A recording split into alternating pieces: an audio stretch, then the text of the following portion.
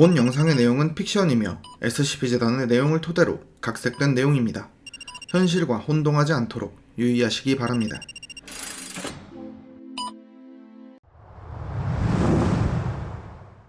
기괴한 도서관 SCP-재단 시리즈 제45탄 양양양 특집 지금 시작합니다. 가시죠. 시청 위험 레벨 1 안 무섭습니다. 일련 번호 SCP-577 격리 등급 유클리드 별명 총알 고양이. SCP-577은 여러 종류의 총알과 화약 더미입니다. 이 중에서 40% 정도는 9mm 구경의 총알이고 10mm 구경이나 콜트 권총에서 쓰이는 45 구경의 총알도 확인되었습니다. 다양한 탄약 더미인 SCP-577은 그 원리는 알 수 없지만 분명하게 지성이 있고 스스로 움직일 수 있습니다. 게다가 누군가 SCP-577을 보고 있고 그걸 SCP-577이 알아챈다면 탄약이 뭉쳐져 있는 SCP-577의 모습이 동물의 모습으로 변형됩니다. 주로 고양이과 동물의 모습으로 변형되고 아직까지 사람의 모습으로 변하거나 시도한 적은 없습니다. 이런 SCP-577의 위험한 특징 중 하나는 때때로 일반 권총과 같은 속도로 자신의 몸을 구성하고 있는 탄약을 발사하는 것입니다. 그렇기에 갑작스레 탄약을 발사하는 행동으로 인해 상당히 주의가 필요한 대상입니다. 게다가 유독 법에 관련된 지식이 있는 사람이나 D계급 인원들에게 특히나 공격적인 태도를 보였습니다. 이런 SCP-577의 몸을 구성하는 탄약은 매년 1000개가량이 꾸준하게 증가하는 것이 확인됐으며 어디서 어떻게 탄약을 얻게 되는 것인지 알 수 없었습니다. 그런데 실험을 통해 밝혀진 내용에 따르면 SCP-577이 소수의 D계급 인원에게는 적대하긴커녕 우호적으로 행동했습니다. 한 번은 격리실 점검을 위해 D계급 인원 한 명을 SCP-577의 격리실로 입장시켰습니다. 그런데 D계급 인원은 고양이의 모습을 하고 있는 SCP-577을 보더니 당혹스러워한 뒤 묵묵히 배정된 점검 작업을 하려고 했으나 잠시 후 눈물을 훌쩍이며 주저앉았고 SCP-577은 살며시 다가가 해당 D계급 인원의 무릎에 머리를 얹었습니다. 이후 D계급 인원은 SCP-577을 부여잡았는데 이때 격리실을 관찰하던 재단 직원이 해당 D계급 인원에게 즉시 SCP-577로부터 떨어지고 격리실에서 나오라고 했으나 D계급 인원은 명령을 따르지 않았습니다. 그때 SCP-577이 살며시 D계급 인원의 손에 무언가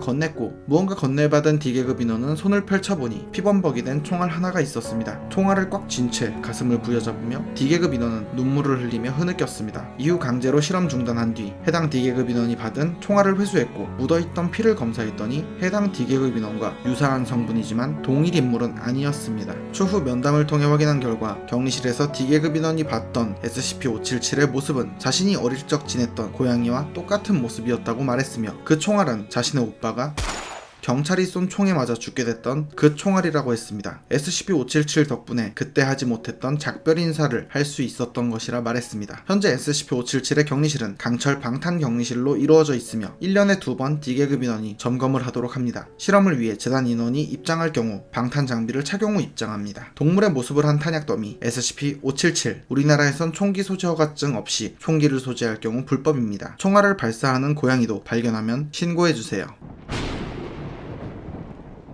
시청 위험 레벨 3 겉모습에 속지 마세요. 일련 번호 SCP-247 격리 등급 유클리드 별명 무해한 새끼 고양이. SCP-247은 암컷 성체 벵골 호랑이입니다. 그러나 관찰하는 사람들 눈에는 SCP-247의 모습이 그저 호랑이 줄무늬가 있는 얌전한 새끼 고양이로 보입니다. CCTV나 녹화된 영상을 통해서도 고양이의 모습으로 보여지기에 녹화된 기록 장치에 SCP-247의 변칙적인 효과가 반영되는 건지 아니면 관찰하는 모든 사람들의 시각에 영향을 미치는 효과인지 불확실한 상태입니다. 이런 상태에서 SCP-247이 성체 호랑이라는 걸 알 수 있었던 이유는 체중 측정과 물에 빠졌을 때 부피 변화 정도 그리고 무언가 물어뜯었을 때 이빨 자국을 통해 성체 호랑이라는 걸 확신할 수 있었습니다. 현재까지 파악된 SCP-247의 환영을 유발하는 능력은 두 분류로 나뉘어져 있습니다. 첫 번째는 자신의 모습이나 사진, 영상 등의 기록물에서 새끼 고양이로 인식하게 만드는 능력이고 두 번째는 SCP-247의 일정 거리 주변에서 발생되는 현상이며 이 영역 안에 들어온 사람은 반드시 SCP-247이 완벽하게 무해한 존재라고 인식하게 되는 것입니다. 게다가 이 영역 안에 들어와 있는 사람은 누군가 SCP-247을 해하려고 행동하는 걸 극도로 싫어하는 태도를 보였습니다. 실험을 통해 확인된 건 정신조작 효과를 흡수하는 SCP 개체인 SCP-148 텔레킬 합금을 이용하면 SCP-247의 두 번째 효과를 일시적으로 제거할 수 있었습니다만 현재 SCP-148은 정신조작 효과를 흡수한 뒤 훨씬 더 강력하게 증폭시켜 방출시킨다는 특성이 밝혀졌기에 사용하지 않도록 하고 있습니다. 어쨌든 SCP-247은 사람을 마주치면 야옹 소리를 냅니다. 그 소리를 들은 사람은 SCP-247에게 다가가 귀여워하며 쓰다듬으려고 합니다. 그렇게 7분 정도 SCP-247은 귀여움을 받다가 갑자기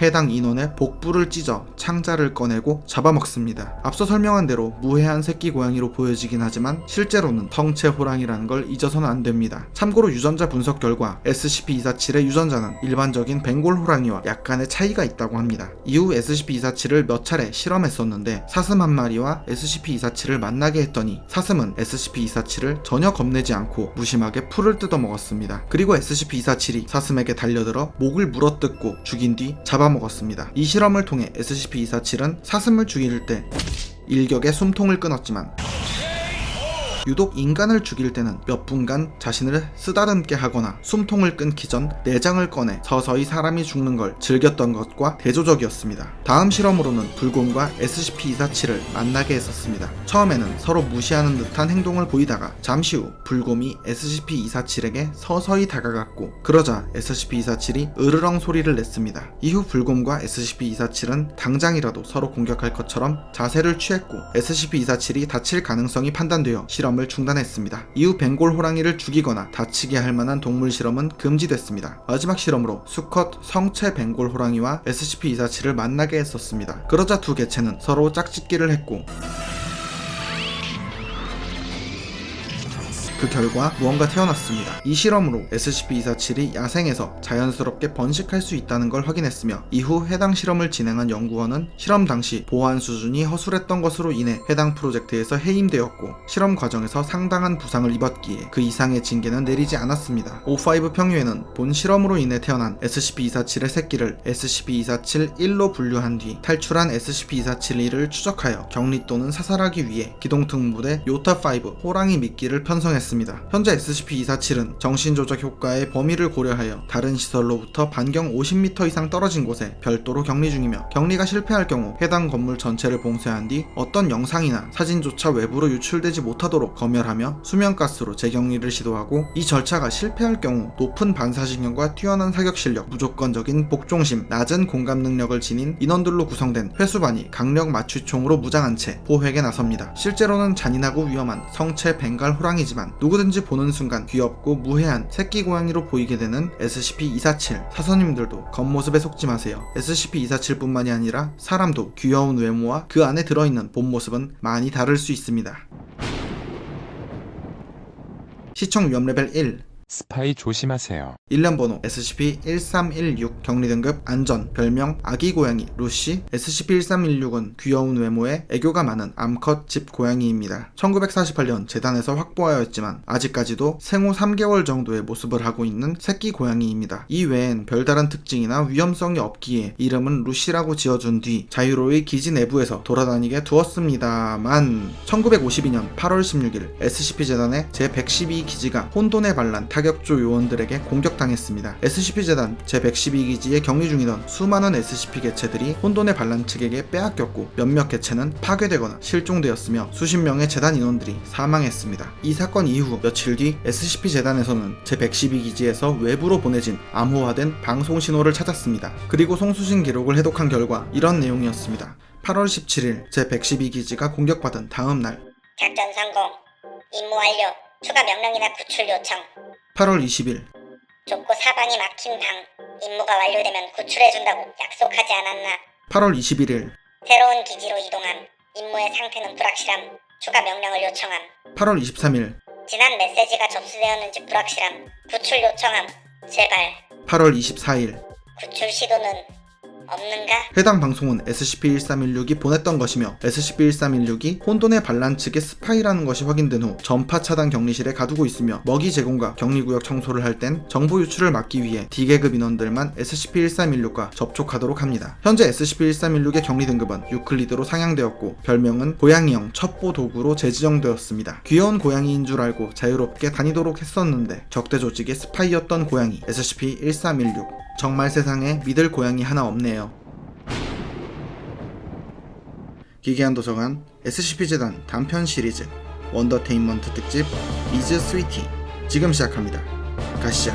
시청 위험 레벨 2 아무거나 주워먹지 마세요. 배탈납니다.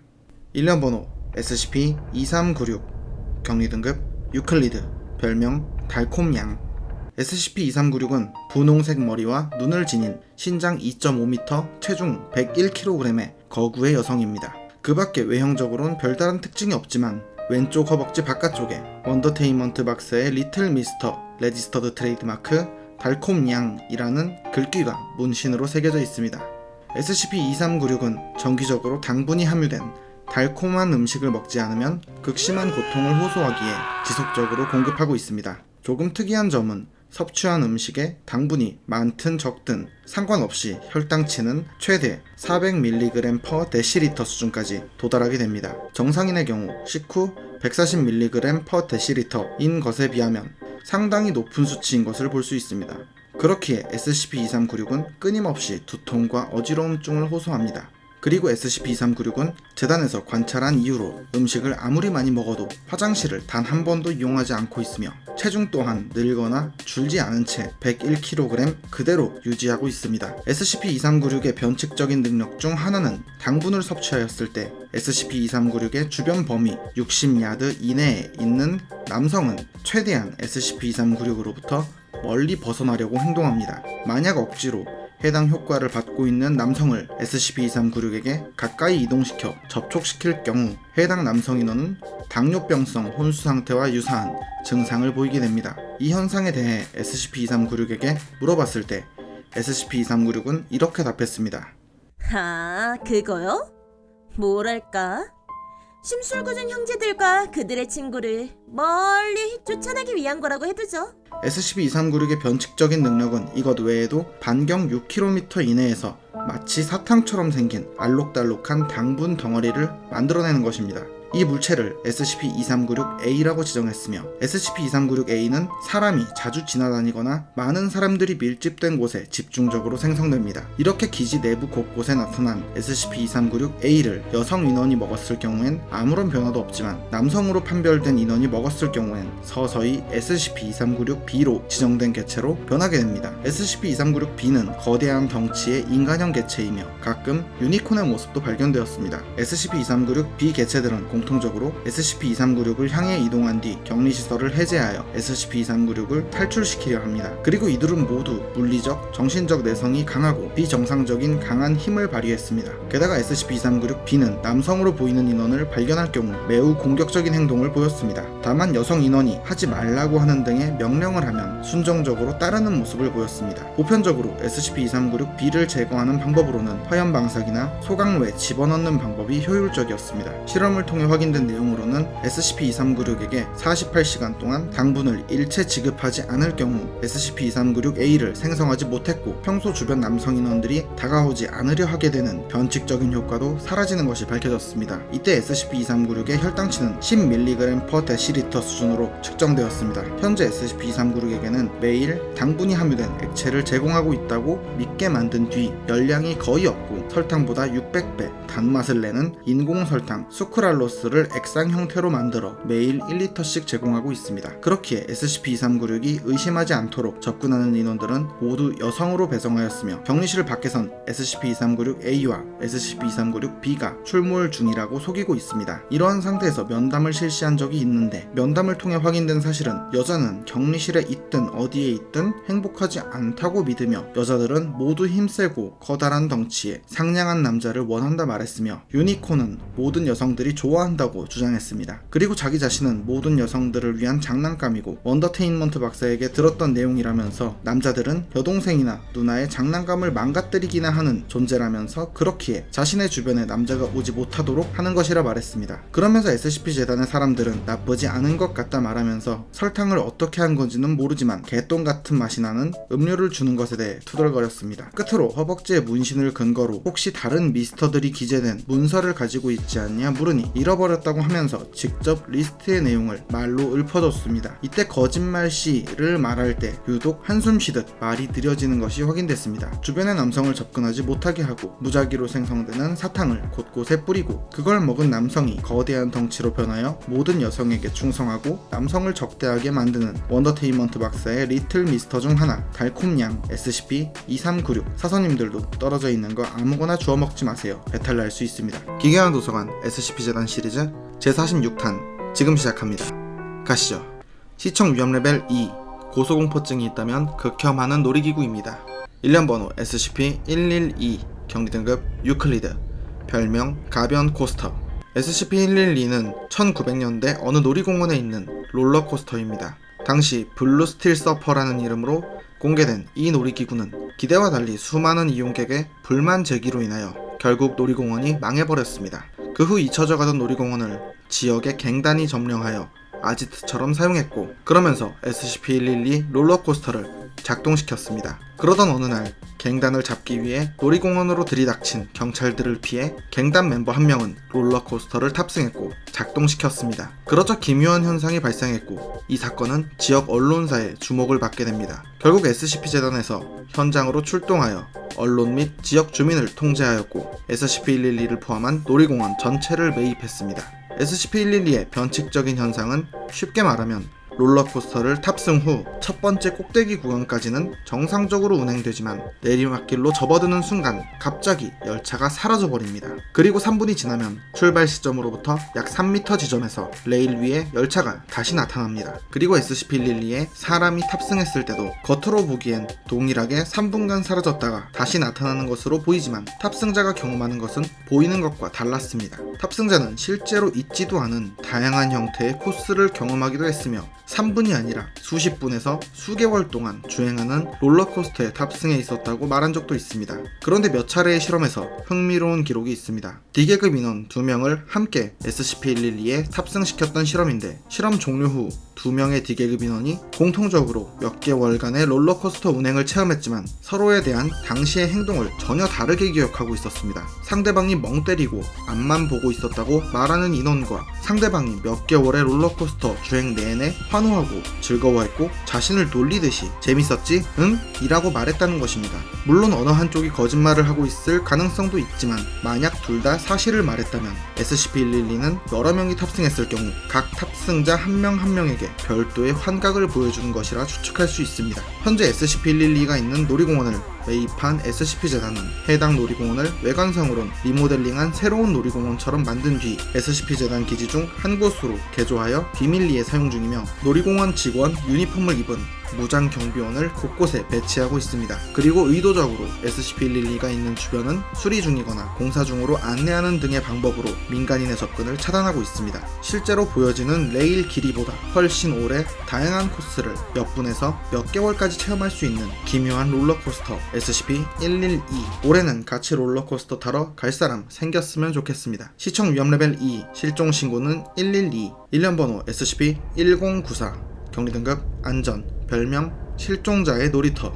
어느 날 작은 마을에서 아이들이 하나둘 실종되는 사건이 발생했습니다. 각종 언론에서 집중적으로 보도했고 실종된 아이들이 공통적으로 어느 놀이터에서 마지막으로 목격되었다는 진술을 확보했습니다. 그 후 SCP-재단에서는 해당 놀이터를 격리하였고 일련 번호를 부여했습니다. SCP-1094는 시소, 회전목마, 미끄럼틀, 정글짐, 그네 등이 있는 흔히 볼 수 있는 평범한 놀이터입니다. 간혹 아무도 없는데도 그네가 움직인다던가 미끄럼틀에서 어린아이의 웃음소리가 들린다던가 하는 기묘한 현상이 보고되기도 하지만 외관상으론 다른 특징은 없습니다. 그런데 SCP-1094의 근처에 접근하는 사람은 누구나 그 놀이터에서 놀고 싶어하는 강한 충동을 느끼게 되는 것입니다. 이러한 현상은 대상의 나이에 따라 다르게 나타나며 청소년기 이하의 사람이 특히 강한 충동을 느꼈고 사춘기를 지난 사람의 경우 스스로 충동을 억제할 수 있었습니다. 이때 직접적으로 SCP-1094를 눈으로 보거나 누군가 놀고 있는 걸 볼 경우엔 SCP-1094에서 놀고 싶어하는 충동이 더욱 증폭되는 것이 확인되었으며 SCP-1094에서 노는 사람들은 모두 이전에 계획했던 임무나 목적에 대해선 까맣게 잊어버리고 마냥 행복한 기분만을 느꼈습니다. 그런데 SCP-1094에서 일정 시간 동안 놀거나 지속적으로 노출된 사람은 미끄럼틀을 타거나 놀이기구의 터널을 통과하는 등 시야에서 벗어난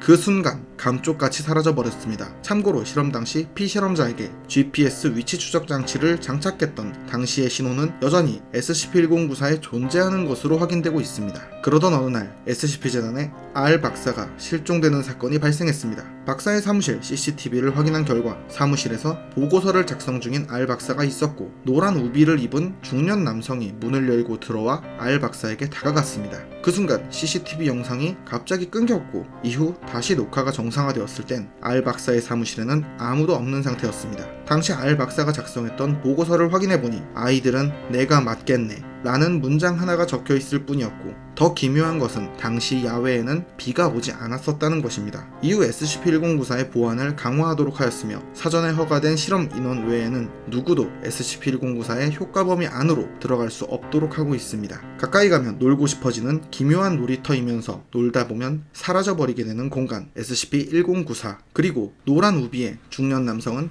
대체 누구일까요? 사서님들의 생각을 댓글로 남겨주세요. 시청 위험 레벨 2, 미끄럼틀 탈 때는 아래에 사람이 있는지 꼭 확인하세요. 다칩니다. 일련 번호 SCP-1562, 격리 등급 안전, 별명 터널 미끄럼틀.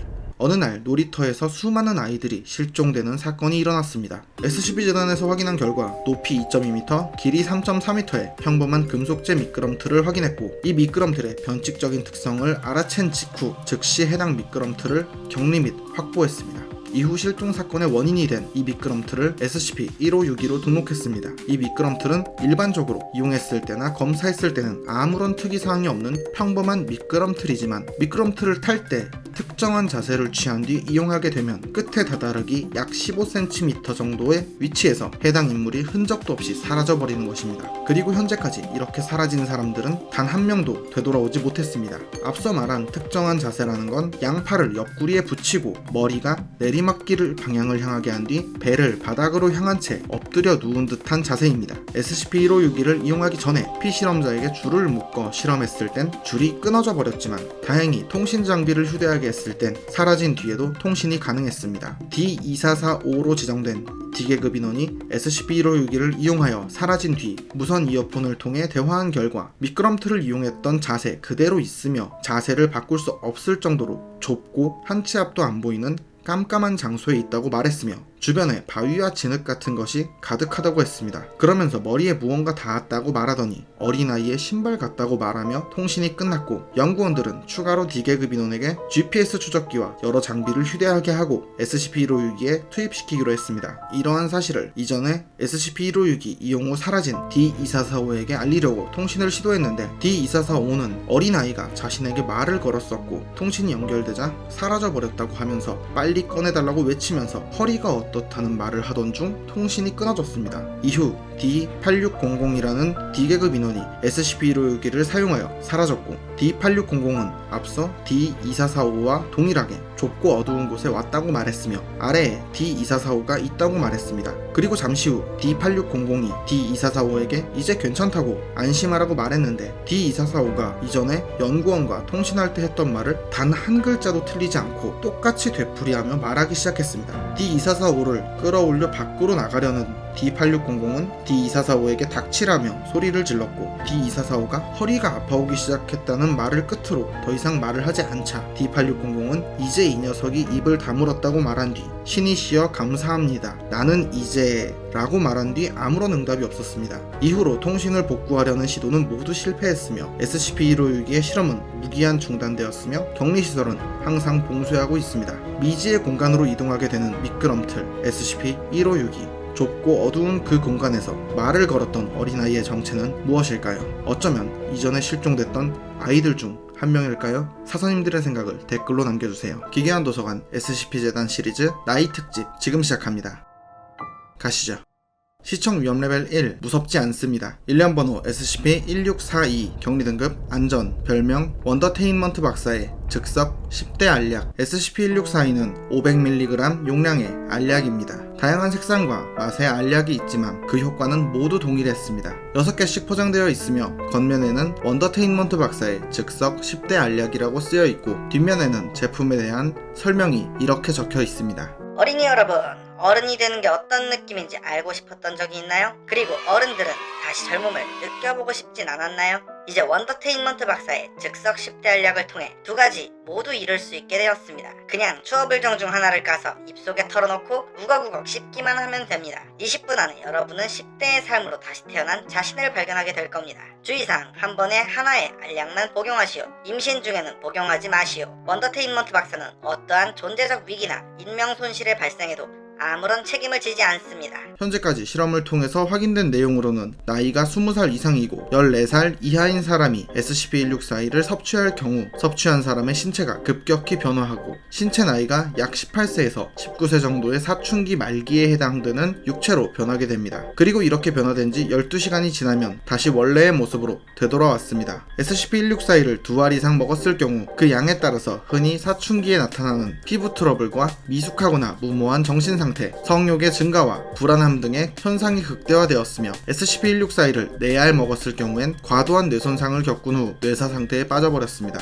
그리고 이렇게 다량의 SCP-164E를 먹은 후 나타난 증상의 경우 12시간이 지나도 원래대로 되돌아오지 않았습니다. 그리고 SCP-164E를 임산부에게 먹인 적도 있었습니다. 그런데 SCP-164E의 효과는 해당 임산부뿐만이 아니라 태반에 위치한 태아까지도 영향을 받았으며 그로 인해 태아는 사춘기 10대의 모습으로 급성장했습니다. 당연하게도 임산부는 사망해버렸고 10대의 육체가 된 태아는 모습과 달리 정신상태는 미성숙한 상태였습니다. 그리고 12시간이 지난 뒤에는 태아 역시 사망했습니다. 현재 SCP-164E는 시간과 관련된 변칙적인 효과가 있는 SCP 개체들과 연동하는 내용의 실험을 계획 중입니다. 단 12시간 동안 10대 후반의 청소년으로 변하게 되는 알약 SCP-164E 사서님들이라면 알약을 먹어보고 싶으신가요? 그리고 먹은 후에는 어떤 일을 해보고 싶으신가요? 사서님들의 생각을 댓글로 남겨주세요. 시청 위험 레벨 1 밀실에서 공포를 느끼는 폐소 공포증이 있다면 최악의 공간입니다. 일련 번호 SCP-1080 격리 등급 안전 별명 놀이방 2000년대 초 10월 어느 날 미국의 어느 울창한 숲에서 정체를 알 수 없는 벽돌 건물이 발견되었습니다. 해당 지역의 주민들은 그전까지 이 건물을 그 누구도 본 적이 없다고 말했습니다. SCP 재단에서 조사한 결과 건물 내부에는 너비 2m, 길이 3m, 높이 1.5m 크기의 직사각형 격리 탱크가 있었습니다.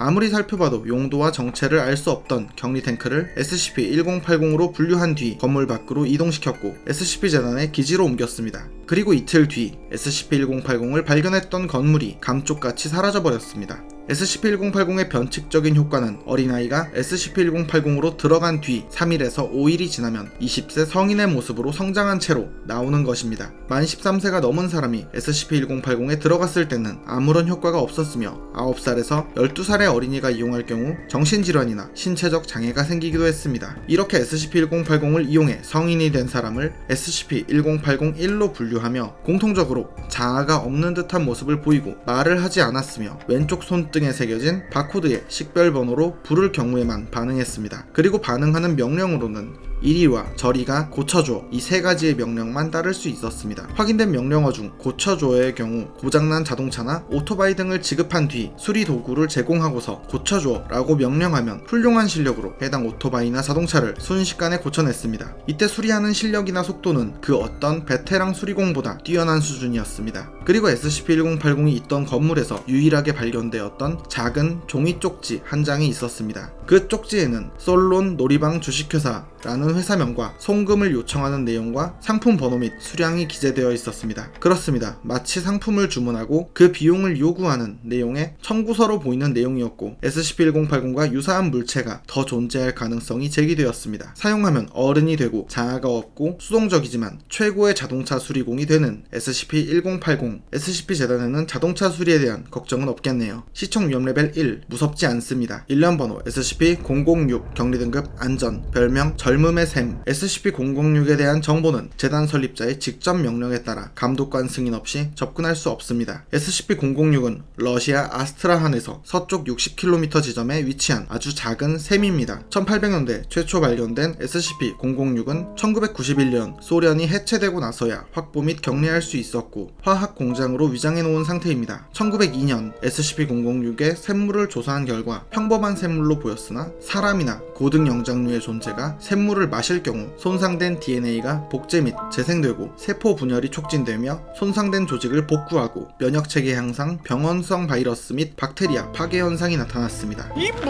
즉 쉽게 말해 샘물을 마시면 젊어집니다. 인류의 역사에서 수많은 사람들이 찾던 젊음의 샘이 바로 SCP-006인 것입니다. 참고로 이러한 효과는 파충류나 조류에게는 효과가 없었습니다. 현재 SCP-006은 높은 수준의 보안을 유지하고 있으며 SCP-006과 접촉한 인원에 대한 정보가 외부 외부로 유출될 경우 은폐하기 위해 다음과 같은 절차를 진행하도록 합니다. 1. SCP-006과 접촉할 인원은 모두 특수 방호복을 착용해야 하며 SCP-006에 접촉하기 전에 일반 수영장에서 잠수 테스트를 해야 합니다. 그리고 사전에 지정된 교육을 받습니다. 2. 각종 실험을 포함한 SCP-006과 관련된 절차는 감독이 지켜보는 가운데 수행되어야 하며 SCP-006과 접촉 사고가 발생했을 경우 SCP-006이 독극물이라고 브리핑하며 현장의 인원을 대피시킵니다. 3. SCP-006의 샘물을 실험 및 사용할 경우엔 O5 등급 인원 3명의 허가가 필요하며 샘물은 밀폐용기에 담은 후 무장 경비의 보호 아래 운반합니다. 4. SCP-006 또는 샘물과 직접 접촉했을 경우 해당 인원은 즉시 감금하고 필요한 만큼 연구한 뒤 제거합니다. 가장 효과적인 방법은 불태워 죽이는 것입니다. 젊음을 부여하는 신비한 샘물 SCP-006 그리고 그 샘물을 지키고 외부 유출을 막기 위해 높은 보안 수준 및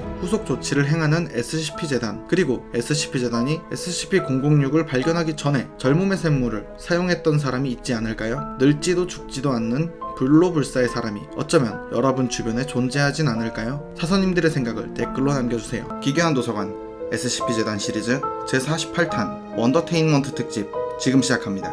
가시죠. 시청 위험 레벨 2 변신 일련 번호 SCP-905 격리 등급 안전 별명 카멜레온씨. 자, 본격적으로 이야기를 시작하기 전에 광자란 무엇인지 짚고 넘어가겠습니다. 광자라는 건 빛이 지닌 입자성과 파동성 중에서 입자성을 뜻하는 것입니다. 이 뭔 개소리야? 쉽게 말해 고체, 액체, 기체가 아닌 빛 그 자체라고 생각하시면 됩니다. 이러한 광자가 뭉쳐서 인간의 형태를 유지한 존재가 바로 SCP-905입니다. SCP-905는 175cm의 키에 성인 남성과 같은 모습으로 존재하며 광자로 만들어져 있기에 물건을 들어 올리거나 문을 열지 못하지만 흐릿하긴 해도 분명하게 눈에 보이는 형태를 띠고 있습니다. 그리고 원리는 알 수 없지만 SCP-905는 공기 분자를 조작하여 말을 할 수 있었고 유리창문과 같은 투명한 벽을 통과할 수 있었습니다. 다만 이렇게 투명한 물체를 통과할 땐 고통스럽지만 참을만 하다고 말했습니다. SCP-905는 자신이 보여지는 색깔을 자유자재로 바꿀 수 있었으며 광자로 이루어져 있기에 그림자가 없습니다. SCP-905는 초당 0.001%의 광자를 방출하는데 현재의 형태를 유지하기 위해서는 주기적으로 광자를 섭취해야 하며 과도하게 광자를 섭취할 경우 불에 타는 것 같은 고통을 호소했습니다. 여담으로 거울을 이용해 자신의 광자를 다시 흡수하는 것에 대해서는 극도로 불쾌한 감정을 나타냈으며 당신들이라면 당신들이 싼 을 먹고 싶겠냐고 말했습니다. 그리고 SCP-905의 왼쪽 종아리에는 원더테인먼트 박사의 리틀 미스터 카멜레온 씨라는 문장이 쓰여져 있었으며 이 글자만큼은 자신이 스스로 색을 바꾸거나 감추는 등의 조절이 불가능했습니다. 해당 문구를 통해 원더테인먼트 박사의 리틀 미스터 시리즈 중 1번에 해당하는 카멜레온 씨란 걸 알 수 있었습니다. 현재 SCP-905는 광택이 전혀 없는 검은색의 방에 격리 중이며 거울이나 창문조차 없습니다. 오로지 LED 2개가 설치되어 있고 4시간마다 20분씩 LED를 작동시켜 광자를 먹이로 제공하고 있습니다. 빛으로 이루어지고 자유자재로 색깔을 바꾸며 유리를 통과하는 존재 SCP-905 카멜레온 씨. 사서님들도 외출 시엔 자외선 차단제 꼭 바르세요. 시청 위험 레벨 2. 오늘도 기괴한 도서관에 어라 어째서 눈물이 일련 번호 SCP-909 격리 등급 유클리드 별명 건망증씨. SCP-909는 SCP-재단의 어느 기지 입구에서 발견되었습니다. SCP-909는 영구적인 순행성 기억상실증을 가지고 있는 젊은 백인 남성이며 자신의 상태를 알고 있지만 자신의 변칙적인 특성으로 얻은 기억을 제외하고는 이전에 있었던 기억을 모두 잊어버립니다. SCP-909의 변칙적인 특성은 자신의 기억을 공책이나 메모지에 옮겨 적었을 경우 나타납니다. SCP-909가 자신의 기억을 어딘가에 옮겨 적으면 그 즉시 해당 내용은 SCP-909의 장기 기억으로 남으며 잊어버리지 않게 되지만 해당 기억과 관련되었던 모든 사람들은 그 내용을 잊어버리게 되는 것입니다. 그러던 어느 날 SCP-재단의 박사 한 명이 SCP-909와 면담을 했었습니다. 좋은 아침이네, 909. 909요? 왜 저를 그렇게 부르시죠? 그리고 여기가 어디죠? 자네는 909 번호로 명명된 SCP-이고 현재 우리가 보관하고 있다네. 나는 재단의 박사고 자네의 변칙성을 조사할 거야. 재단이요? 그게 뭐예요? 왜? 이때 박사가 테이블에 있는 작은 버튼을 누르자 면담실 내부에서는 5초 동안 버튼음이 울렸고 SCP-909가 집중력을 잃은 모습을 보였습니다. 안녕 909. 909요? 왜 저를 그렇게 부르시죠? 그리고 여기가 어디죠? 자네는 909번으로 명명된 SCP이고 현재 우리가 보관하고 있다네. 나는 재단의 박사고 자네의 변칙성을 조사할 거야. 재단이요? 그게... 좋아, 다른 방법을 쓰지. 내가 방금 말한 것들을 전부 여기다 써봐. 이때 박사는 SCP-909에게 펜과 종이를 줬습니다. 알았어요. 계획대로라면 이때 박사가 버튼을 누르고 다시 이전에 했던 멘트를 말해야 했습니다. 안녕? 너 누구니? 저는 당신들이 보관하고 있는 SCP예요. 기억 안 나세요? 뭐? 기억 안 나세요? 안 나는데? 여기가 어디야? 뭐 하는 데야? 이렇게 실험은 종료되었고 해당 면담을 했던 박사는 B등급 기억 소거 처분을 받았습니다. 이로써 SCP-909가 기억을 어딘가에 옮겨 적는 순간 해당 기억을 공유한 사람들의 머릿속에서 그 기억이 사라진다는 것을 확인했습니다. 그리고 SCP-909의 오른쪽 허벅지에는 원더테인먼트 박사의 리틀 미스터 건망증씨라는 문구가 새겨져 있었으며 최초 SCP-909를 발견 당시 입고 있던 옷에는 Doctor's Orders라고 쓰여있는 태그가 붙어 있었습니다. 그리고 SCP-909의 바지 주머니에서 원더테인먼트 박사의 리틀 미스터 목록이 쓰여진 문서를 발견할 수 있었습니다. 현재 격리 중인 SCP-909에게는 어떠한 필기도구도 반입할 수 없으며 과민성 쇼크가 우려되는 수준의 땅콩 알러지가 있기에 땅콩이 들어가지 않은 식사를 제공하고 있습니다. 매 순간순간 기억을 잊어버리지만 순행성 기억상실증을 앓고 있지만 메모하는 순간 다른 이의 기억이 사라져버리게 만드는 존재 SCP-909. 사서님들도 건망증이 자주 발생한다면 메모하는 습관을 추천합니다. 시청 위험 레벨 2, 머리 조심하세요. 일련 번호 SCP-2287, 격리 등급 안전, 별명 머리 없음씨. SCP-2287은 머리가 없는 백인 남성입니다. 목의 절단부는 피부로 덮여 있으며 검사 결과 척추 손상은 없었습니다. SCP-2287의 등 아랫부분에는 원더테인먼트 박사의 리틀 미스터 머리 없음씨라는 문구가 새겨져 있었으며 SCP-2287은 머리가 없음에도 생각하고 듣고 냄새를 맡고 말을 할 수 있었지만 발음이나 목소리가 온전하진 않았으며 시각이 없다고 말했습니다. 그리고 호흡하거나 먹지 않은 대신 증폭된 광합성과 같은 방법으로 에너지를 충전한다 말했습니다. SCP-2287은 시각을 통해서는 머리가 없는 본래의 모습을 관찰할 수 없습니다. 누군가 눈으로 SCP-2287을 본다면 그 순간 관찰자의 머리는 SCP-2287의 목 위로 이동된 것처럼 시점이 바뀌어 머리가 없는 자신의 몸을 보게 되는 것입니다. 이러한 현상은 직접 눈으로 SCP-2287을 볼 경우에만 나타나며 CCTV나 카메라를 통해 본다면 머리가 없는 SCP-2287을 관찰할 수 있습니다. 그리고 머리가 없는데도 SCP-2287은 가면이나 모자를 쓰고 헤드폰을 끼거나 안경, 머리핀 등을 착용하기도 했습니다. 현재 SCP-2287은 격리 중이며 반드시 가면을 쓰고 있도록 합니다. 그런데 SCP-2287과 면담 내용 중 흥미로운 말을 했었습니다. 박사가 SCP-2287에게 원더테인먼트 박사에 대해 물어보자 SCP-2287은 자신은 앞을 볼 수 없기에 그 여자를 본 적 없다고 말했습니다. 그런데 박사가 그래도 대화나 상호작용을 하진 않았냐 물으니 원더테인먼트 박사는 무척 좋은 남자이고 아이디어가 많은 분이라 말했습니다. 네, 그렇습니다. 분명 원더테인먼트 박사를 여자라고 했다가 남자라고 했습니다. 그리고 박사가 계속 추궁하자 원더테인먼트 박사가 실존 인물이 아니라는 식의 말을 하거나 횡설수설하는 모습을 보이기도 했습니다. 이 밖에도 SCP-2396 달콤양에 대해 말하기도 했고 자신은 할로윈 데이를 위해 존재하는 것이라 말하며 회사의 간부를 언급하기도 했습니다.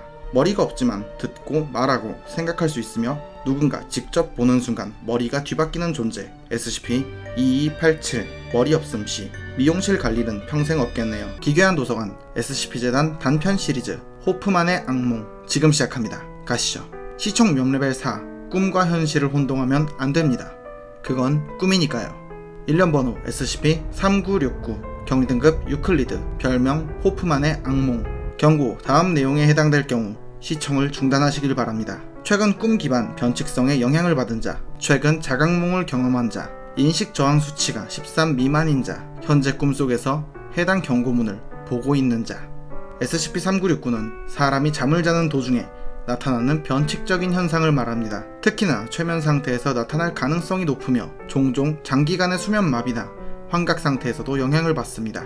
이렇게 SCP-3969에 영향을 받은 사람은 대부분 SCP-3969에 영향을 받았다는 걸 모른 채로 꿈에서 깨어납니다. 그러나 최면 상태에서 의식이 90분에서 120분간 지속될 경우 해당 인원은 별도의 수면 상태, 일명 SCP-3969A로 지정된 순환몽을 경험하게 됩니다. 순환몽이란 말 그대로 반복되는 꿈을 뜻합니다.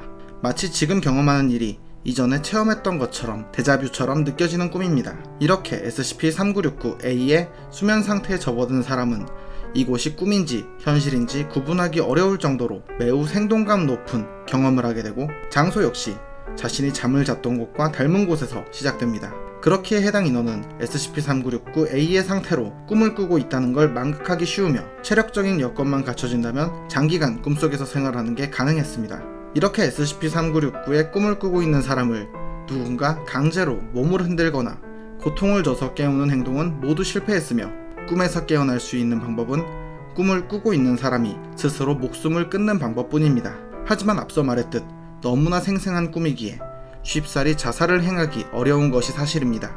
추가 실험 결과 SCP-3969에 영향을 받은 사람들은 공통적으로 기억력이 줄어드는 것으로 확인되었습니다. 꿈을 꾸기 전 기억하고 있던 내용의 평균 10% 정도가 꿈을 꾼 후 사라져버렸습니다. 이후 SCP-재단에서는 텔레파시 변칙 개체들을 이용한 초감각적 전송장치를 개발하였고, 이것을 이용해 SCP-3969의 꿈을 꾸는 사람에게 외부의 조작자가 명령이나 메시지를 전달할 수 있게 되었고, 꿈을 꾸는 사람의 시야를 볼 수 있게 되었습니다. SCP-3969의 꿈을 꾸던 사람이 말하길 외부 조작자가 보냈던 메시지는 마치 머릿속에서 목소리가 들리는 느낌이라고 했습니다. 다만 인식저항 수치가 13 미만인 사람에게는 꿈을 꾸는 도중 텔레파시 장치를 사용했을 때 위험이 발생할 수 있기에 사용하지 않고 있습니다. 이후 몇 차례의 실험 기록이 남겨졌습니다. 꿈 기록 396901, 조작자 애슐린 린치 박사, 피험자 D6782. 이 실험은 초감각적 전송장치를 사용하는 절차 396904의 신뢰성을 알아보는 실험이었습니다. 본 실험에 투입된 D계급 인원은 이전에 SCP-3969가 아닌 일반적인 꿈을 꿀 때 396904 절차를 테스트했었고, 정상적으로 작동되었던 기록이 있습니다. 여보세요? 거기 들려요? 아, 시끄러워. 엄청 시끄러워요. 그 목소리 좀 낮춰주실래요? 이제 좀 어떤가요? 훨씬 낫네요. 그니까 지금 박사님이 제 머릿속에다 대고 말을 걸고 있다는 건 제가 지금 꿈속에 있다는 뜻이겠네요. 맞아요. 실은 좀 다른 종류의 꿈이죠. 당신이 평소에 꾸던 것과는 다르단 소리예요. 지금 느낌이 어떤지 저한테 설명해 주실 수 있나요? 참 느낌이 생생하네요. 가위 눌리거나 할 때 그 오싹한 느낌 아시죠? 그런 느낌은 전혀 안 들어요. 근데 이건 정말 생생하네요. 알겠어요. 방을 좀 둘러보시고 이상한 점이 보이거나 느껴지면 저한테 말씀해 주실 수 있나요? 그러죠. 감사합니다. 근데요, 잘은 모르겠지만 이거 인간적으로 느낌이 너무 사실적인 거 아닌가요? 저 지금 자고 있는 거 맞죠? 제가 완벽히 보장합니다. 그럼 발걸음을 옮겨 2개의 문 중에 오른쪽 문으로 가주시겠어요? 알겠어요. 이제 어떡해요? 거기 있는 색인 카드를 좀 봐주세요. 백지인데요? 아니요, 뒤집혀 있잖아요. 뒤집어서 카드 내용을 읽어주세요. 색, 어쩌고, 박세, 그리고 처벌하다. 저 잘했죠? 네, 글자를 읽는 것도 가능한 것 같네요. 다음은 뭔가요? 이제 당신에게 몇 가지 지시를 할 거예요. 이걸 좋아하시진 않겠지만 실험의 일부이니만큼 저를 봐서라도 해주셨으면 좋겠네요. 뭔데요? 탁자 옆에 있는 서류 캐비닛을 열어보세요. 이거 총이에요? 맞아요. 장전하시고 당신을 향해 쏘세요. 뭐요? 탄창을 결합한 다음 슬라이드 뒤로 당긴 뒤에 아니, 장전하는 법은 저도 알아요. 근데 제 말은 당신이 왜 저한테 이런 짓을 시키는지 도무지 모르겠단 말입니다. 탈출 절차의 일부입니다. 꿈속을 떠날 수 있는 방법이에요. 제 말은 효과가 있을 것 같지가 않다는 말입니다. 게다가 저 지금 몹시 생생한 상태라고요. 이거 좀 아플 것 같은데요?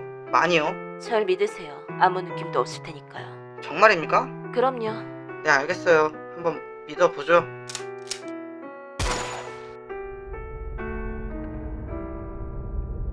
들어봐요. 얼마 전에 제가 거짓말한 거 사과하는 뜻으로 당신 키트에다 뭔가를 넣어뒀어요. 에? 뭐라고요? 앞주머니를 열어보세요. 이번엔 또 뭐죠?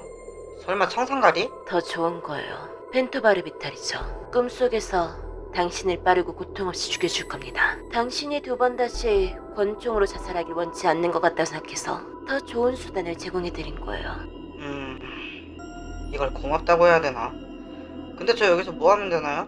당신은 이제 주변을 돌아다니면서 뭔가 이상한 점이나 주목할 만한 점을 찾아다니기만 하시면 됩니다. 당신이 기지로부터 멀리 가면 갈수록 꿈은 붕괴되어 갑니다. 당신이 이제 기지로부터 30km 나왔으니 이제부터 뭔가 이상한 것들이 보이기 시작할 거예요. 눈 크게 뜨고 찾아보죠. 그럼 안에서 쉬세요라는데 저도 보입니다. 들어가 봐야 될까요? 네, 건물 안으로 들어가세요. 이게 다 뭐야? 왜? 냄새 한번 네. 환풍구를 따라가 보죠. 설마 이거 기분이 마치 숨이 막힐 것만 같아요. 여기서 나가도 되나요? 옷장안만 좀 살펴봐 주시면 나가게 해드릴게요. 네네. 그냥 후딱 훑어만 보죠. 여기엔 아무것도 없는걸요? 알겠습니다. 이제 당신은 잠시만요. 지금 무슨 소리가 들려요? 뭐야 뭐냐고! 거기서 나오세요. 이런 여기서 나가게 해줘요. 여보세요? 들리십니까? 박사님? 당신이에요? 접니다. 대체 무슨 일입니까? 그 약이 듣질 않아요. 떠날 수가 없어요. 떠날 수가 없다고요. 살려주세요. 당신을 거기서 내보내기 위해 저희도 백방으로 노력 중입니다. 자살도 시도해 보셨나요? 아니, 죽는 것도 안 돼요. 상태만 더 나빠졌다고요. 제가 보기엔 저 사실 완전 것 같아요. 도저히 일어날 수 있을 것 같지가 않아요. 알겠습니다. 그럼 거기 꼼짝 말고 있어요. 알았죠? 거기서 나가게 해드릴 테니 꼭 괜찮으실 거예요. 이런 빨 박사님. 세상이나. 안돼. 현재 SCP-3969의 현상이 일반인에게 나타나는 것을 막는 완벽한 방법은 없습니다. 다만 노출을 최소화하기 위해서 SCP-재단에서는 인터넷 커뮤니티 등에서 SCP-3969 관련 정보를 모니터링하고 수정 및 제거하고 있으며 거짓된 SCP-3969의 정보를 퍼뜨리거나 잘못된 여론을 조성하고 있습니다. 이 밖에도 자각몽이나 최면 전문가들에게 유튜브, SNS 등에서 SCP-3969의 현상을 최소화하는 수면 요법을 소개하도록 지시하거나 의료기관에서도 SCP-재단 요원을 잠복시켜 SCP-3969 관련 내용을 감시 및 조치하고 있습니다. 현재 SCP-3969와 관련된 모든 실험은 ADRX-3969 기지에서 시행하고 있으며 다른 곳에선 실험을 허가하지 않습니다. 너무나 생생해서 현실과 구분하기 어려운 꿈을 꾸게 되고 반복될 경우 끔찍한 일을 경험하게 되는 현상 SCP-3969 호프만의 악몽. 여담으로 SCP-3969의 별명인 호프만의 악몽의 호프만은 흔한 이름이긴 하지만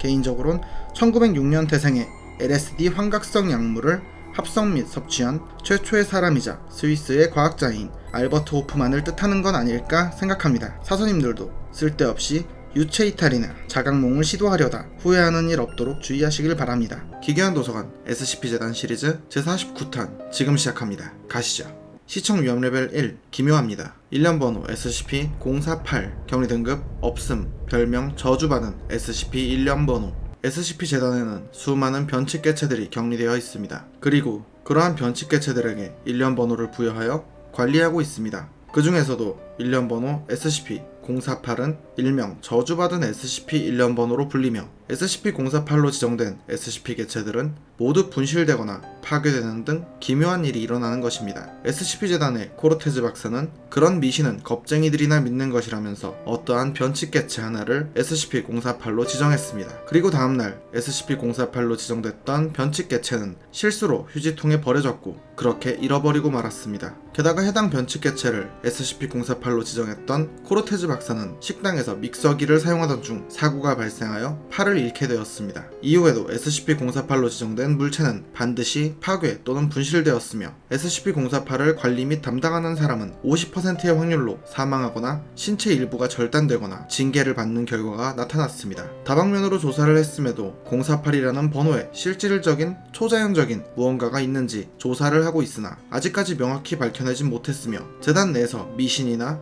요원들의 사기 감소를 막기 위해서 SCP-048은 어떠한 변칙 개체에도 부여하지 않도록 조치했습니다. 우리나라에서도 숫자 4번이 한자로 죽음을 뜻하는 죽을사와 발음이 같기에 기피하는 숫자이기도 합니다. 다른 나라에서도 6번이나 13번 등이 불길한 숫자로 불립니다. 사서님들에게 가장 불길한 숫자, 싫어하는 숫자는 무엇이 있나요? 저는 개인적으로 6이 싫습니다. 시청 위험 레벨 3 조금 징그러울지도. 일련 번호 SCP-019 경리 등급 케테르 별명 괴물 항아리. SCP-019는 고대 그리스 시대에 만들어진 것으로 보이는 높이 2.4m 크기의 도자기입니다. 다양한 방법으로 SCP-019의 표면을 부수고 만들어졌던 시기를 조사하려 했지만 흠집 하나 낼 수 없었습니다. 현재까지도 손상을 입히는 방법을 연구 중이며 가능한 방법을 찾을 경우 즉시 SCP-019를 파괴할 예정입니다. SCP-019의 변칙적인 현상은 주기적으로 도자기 안에서 SCP-019-2로 불리는 독립생명체가 튀어나오는 것입니다. 현재까지 확인된 SCP-019-2들은 모두 차이점이 있었지만 공통적으로 작은 체구의 인간형 로봇이나 동물의 모습이며 매우 공격적인 태도를 보입니다. 주로 이빨과 발톱을 이용해 공격하며 제거하는 방법은 어렵진 않지만 다수가 출현할 경우 상당히 위협적인 존재들입니다. SCP-019의 격리실 온도를 0도로 유지했을 경우엔 1시간에 한 마리씩 SCP-019-2가 나타났으며 SCP-019를 훼손하려고 하거나 이동시키거나 격리실의 온도를 변화시키거나 외부의 물체를 SCP-019에 넣었을 경우에도 SCP-019-2를 생성하는 것에 영향을 주는 것으로 밝혀졌습니다. 그 밖에도 아직 확실하진 않지만 주변에 사람이 있거나 야외의 날씨 상황, 특정한 존재가 SCP-019 근처에 있을 경우 SCP-019-2를 생성하는 것에 영향을 주는 것 같다고 추측합니다. SCP-019-2가 출몰하지 않았을 때 SCP-019 내부를 확인했을 땐 그저 어두운 구멍만 보였지만 SCP-019를 눕히거나 기울이면 그 안에 SCP-019-2가 채워져 있는 것처럼 보입니다. 물리적으로 관찰했을 때도 SCP-019의 깊이는 외부에서 보이는 것보다 훨씬 깊을 것으로 추측됩니다. 이렇게 출몰한 SCP-019-2 개체를 별도로 강화 유리에 넣고 물과 생닭을 먹이로 주었으나 SCP-019-2는 작은 소리로 고대 헬라어와 비슷한 말을 중얼거렸으며 최초 출몰한 지 4시간도 되기 전에 사망했습니다. 해부 결과 불안정한 골격 구조와 불안정한 호흡기를 지녔으며 소화기관은 물론 다른 내장조차도 없었습니다. 이후에도 출몰한 SCP-019-2를 조사하던 중 투명한 개체가 출몰하였고 이 사실을 알기까지 시간이 지연되어 격리실에 상당한 피해가 발생했었으며 이후에 나타난 SCP-019-2 개체는 기존 개체들과 달리 불에 대한 내성이 강해진 듯 했으며 그 다음에 나타난 SCP-019-2 개체는 불에 대한 완전한 내성을 지녔습니다. 이러한 상황으로 인해 SCP-019-2 개체들이 점점 진화된 개체로 출몰하고 있다고 추측하고 있습니다. 끊임없이 주기적으로 괴생명체가 튀어나오며 그러한 괴생명체들이 점점 환경에 적응하며 튀어나오고 있는 고대의 도자기 SCP-019. 사사님들은 어떻게 생각하십니까? 제가 보기엔 고대 그리스에서 전쟁용으로 적군에게 배달하던 물체가 아니었을까 생각합니다. 시청 위험 레벨 2 드론 날릴 때 조심합시다. 일련 번호 SCP-160 격리 등급 유클리드 별명 포식성 드론. 어느 날 한 마을에서 애완동물들이 하나둘 실종되었습니다. 그나마 찾은 애완동물들은 비정상적인 모습에 싸늘하게 죽은 사체로 발견되었습니다. 이 사실을 알게 된 SCP-재단은 현장에 출동하였고 그곳에서 의외의 존재를 마주하게 됩니다. 그것은 야생동물이나 사람이 아닌 기계, 그것도 하늘을 비행하는 드론이었습니다. 해당 개체는 현장에서 즉시 확보 및 격리되었으며 SCP-160으로 지정되었습니다. SCP-160은 직경 1.1m의 프로펠러 4개가 달려있는 비행용 드론이며 외관상으로 어떠한 상표나 식별 번호도 없었지만 라벨을 제거한 듯한 긁힌 자국이 표면에 남아있는 걸 확인했습니다. SCP-160은 그 누구의 조작 없이 스스로 작동하고 비행하며 살아있는 생물을 사냥합니다. 사람이나 대형 동물은 기피하며 개나 고양이 등 작은 동물이나 설치류 등을 주로 사냥합니다. 사냥 방법으로는 먹잇감의 수직선상 위로 날아간 뒤 급속도로 하강하며 SCP-160의 몸통 아래에 달려있는 철 막대를 먹잇감에게 꽂아 강산성 물질을 주입하고 먹잇감의 내장을 액화시킨 뒤 빨아들이는 것입니다. 앞서 말했듯 사람을 공격하진 않지만 방어수단으로 공격하는 경우도 있었으며 사람이 이 공격에 당할 경우 심하면 주요 장기의 액화나 내부 출혈로 사망하는 경우가 있었습니다. SCP-160은 일단은 신체가 기계로 이루어져 있기에 마취총으로 제압할 수 없었으며 전자기 펄스를 사용했을 경우엔 오히려 상황이 악화되었다고 합니다. 끊임없이 스스로 움직이며 살아있는 동물을 사냥하고 섭취하는 살아있는 육식 드론 SCP-160. 사사님들도 공원에서 드론을 본다면 주의하세요. 조작 미숙으로 머리에 떨어지면 크게 다칠 수 있습니다. 기괴한 도서관 SCP-재단 시리즈 무려 제50탄 지금 시작합니다. 가시죠. 시청 위험 레벨 2 나의 이야기예요. 일련 번호 SCP-426 격리 등급 유클리드 별명 전 토스터예요. 안녕하세요. 나는 SCP-426입니다. 나는 전기를 공급받아 빵을 굽는 평범한 토스터입니다. 그리고 누구든 나에 대해서 이야기할 경우에는 반드시 1인칭 시점으로 말하게 되어 있습니다. 말하는 건 물론 종이에 글로 써보거나 PC나 모바일로 글을 쓰더라도 1인칭 시점으로 말하게 됩니다. 그리고 나와 2개월 이상 함께 있을 경우 자기 스스로가 토스터라고 믿게 됩니다. 누군가 이 사람들을 막지 않는다면 이 사람들은 토스터를 흉내내다가 다칠 수 있습니다. 내가 처음 발견된 장소는 어느 가정집에서 3명의 가족 구성원이 끔찍한 죽음을 맞이한 곳이었습니다.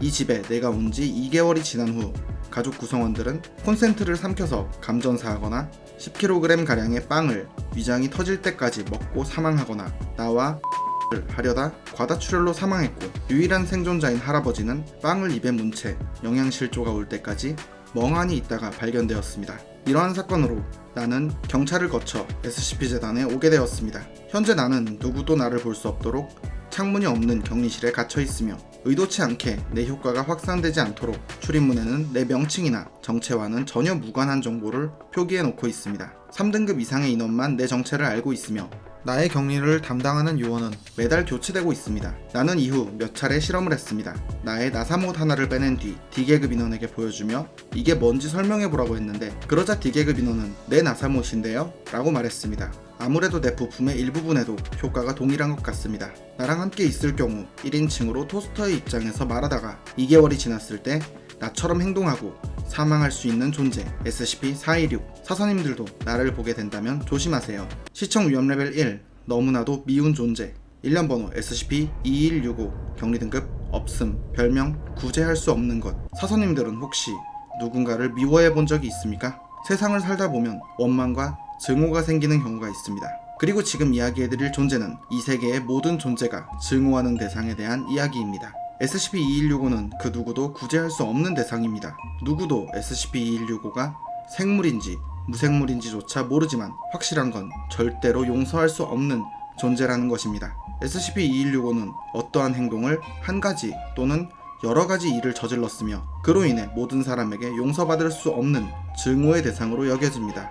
SCP-2165가 했던 행동이 무엇인지는 이 세상 모든 존재들의 만장일치로 기억에서 말소되었다고 하며 현재 그 누구도 SCP-2165가 했던 일을 기억하고 있지 않지만 그런 건 중요하지 않습니다. 중요한 건 우리 모두가 SCP-2165를 절대로 용서할 수 없다는 것입니다. 현재 SCP-2165는 적당히 아무 곳에 방치하고 있으며 관심을 갖거나 이것에 대해 논의하는 것조차 용서할 수 없기에 SCP-2165의 정보는 초시공간적 위치에 유지된 해당 문서를 통해서만 기록되어 있으며 앞으로도 이전과 같이 항상 이대로 유지될 것입니다. 끝으로 SCP-2165에게 절대 용서는 없을 것입니다. 시청 위험 레벨 3. 혼자 있을 때 마주치면 진짜 무서울 듯. 일련 번호 SCP-303. 격리 등급 유클리드. 별명 도어맨. SCP-303은 젓갈색 피부에 아무것도 입지 않은 채 야윈 체형이고 성별이 없으며 얼굴에는 오로지 커다란 입만 있습니다. 그리고 SCP-303은 쉴 틈 없이 특유의 쌕쌕거리는 소리를 내고 SCP-303과 마주친 사람은 절대적인 공포를 느낍니다. SCP-303은 관찰하는 사람의 반대편에 위치한 닫혀있는 문이나 벽 뒤에서 갑자기 나타나며 딱히 물리적으로 하는 것은 없고 특유의 소리를 내며 가만히 서 있을 뿐입니다. 그리고 일정 시간이 지나거나 반대편에서 또 다른 목격자가 나타나면 사라져버립니다. 이때 목격자들이 공통적으로 느낀 공포는 마치 거미나 뱀을 보고 두려워하는 성질과 흡사했으며 유전자에 새겨진 위험 요소에 대한 공포로 추측됩니다. 지금까지 알려진 SCP-303의 특징 중 하나는 SCP-303은 언제나 벽이나 유리창 너머에서 나타났으며 직접적으로 시각적 접촉을 하는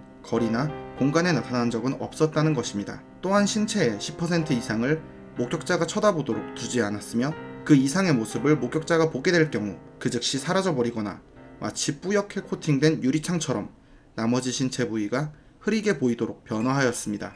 SCP-303을 관찰하기 위해 전자장비를 이용하려 했었으나 SCP-303과 마주치는 순간 모든 기계들이 일시적으로 작동을 멈췄으며 장비를 정지합니다.